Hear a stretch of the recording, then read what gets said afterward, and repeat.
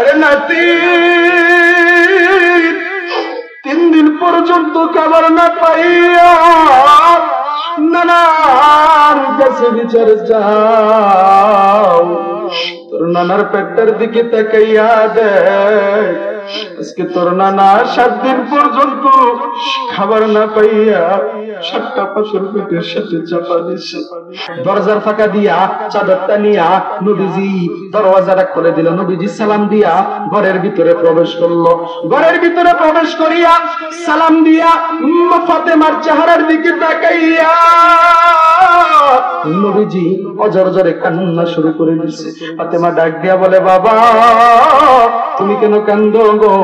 নবীজি ডাক দিয়া বলে, মা তোর চেহারাটা কেন গর্তের ভিতরে শুকিয়ে গেছে রে মা, চক্ষু 2টা গর্তের ভিতরে ঢুকে গেছে, মনে হয় আজকে কয়দিন পর্যন্ত তুমি খাবার পাও না। ফাতেমা ডাক দিয়া বলে, বাবা আমি ফাতেমা যদি দিনের পর দিন না খাইয়া মারা যাই, আমি মার কোনো আফসোস নাই, আফসোস নাই। তবে বাবা আপনার কলিজার টুকরা আমার বুকের দল হাসান হুসেন আজকে 3 দিন পর্যন্ত খাবার না পাইয়া আমি মায়ের পা ধরে কান্দে আর বলে, মা খাবার দাও, খাবার দাও।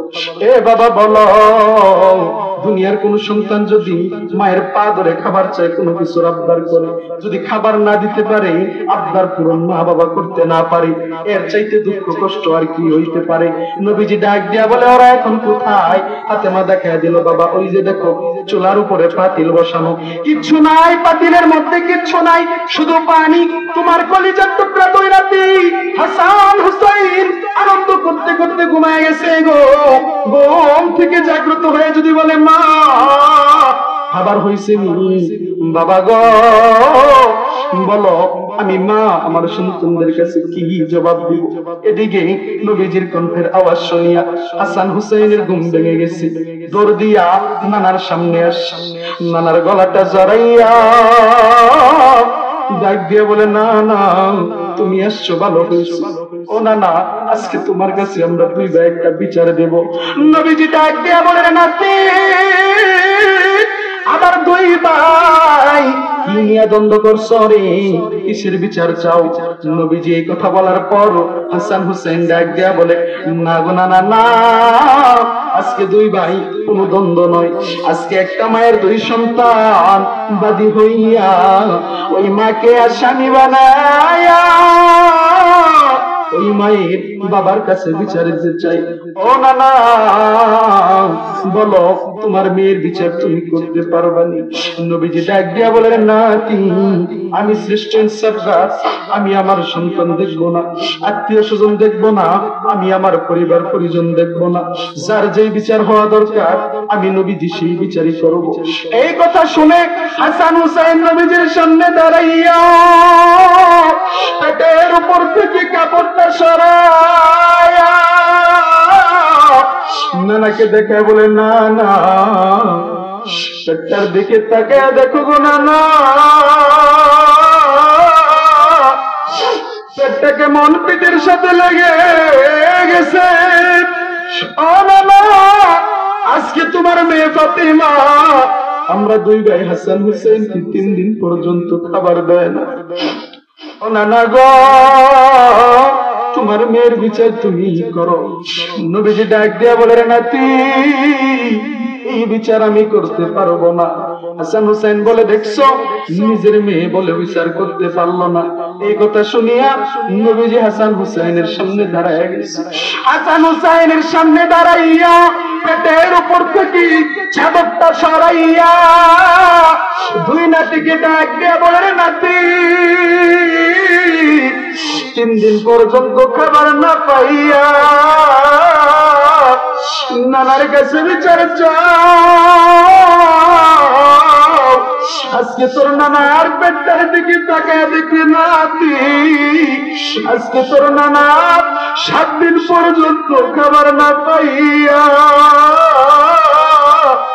আল্লাহু আকবার বলেন, আরে জোরে বলেন না আল্লাহু আকবার।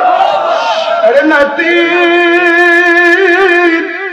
3 দিন পর্যন্ত খাবার না পাইয়া নানার কাছে বিচার চাও, তোর নানার পেটের দিকে তাকাইয়া দেখ, আজকে তোর নানা 7 দিন পর্যন্ত খাবার না পাইয়া 7টা পাথর পেটের সাথে চাপা দিছে।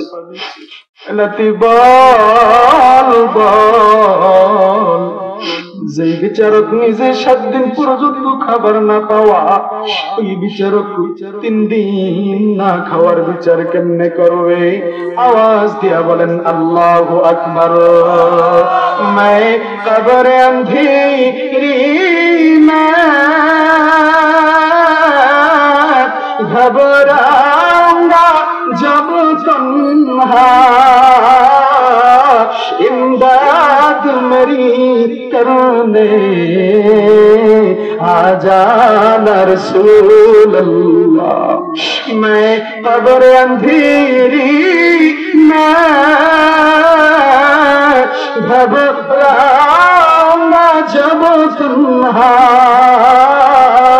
इमदाद मेरी करने आ जाना रसूल अल्लाह। रोशन मेरी तुरबत को लिल्लाह जरा करना, जब वक्त न जाए आका दीदार अता करो ना, दीदार अता करो ना। अरे যুবক ভাই, কিন্তু আর বাবাজি, আরে পাকা দাড়িওয়ালা সাদা দাড়িওয়ালা বৃদ্ধ বাবাজিরা গো,